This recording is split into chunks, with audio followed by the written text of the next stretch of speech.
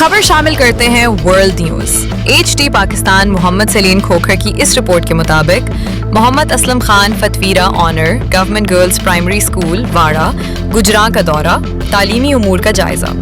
Lahore cantt के इलाका वाड़ा गुजरां में वाक़े गवर्नमेंट गर्ल्स प्राइमरी स्कूल में तालीमी सरगर्मियों और इंतज़ामी उमूर का जायजा लेने के लिए असलम खान फतवीरा ने स्कूल का दौरा किया।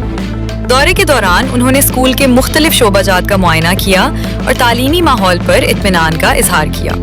उन्होंने कहा कि स्कूल में तमाम काम बेहतर अंदाज में हो रहे हैं और इंतज़ामिया अपनी जिम्मेदारियां अहसन तरीके से अंजाम दे रही है। असलम खान फतवीरा ने मजीद कहा कि ऐसे इदारे बच्चों ख़ुसूसन बच्चियों की तालीम के फ़रोग में अहम किरदार अदा करते हैं और उनकी बेहतरी के लिए मजीद इक़दामात जारी रखने चाहिए।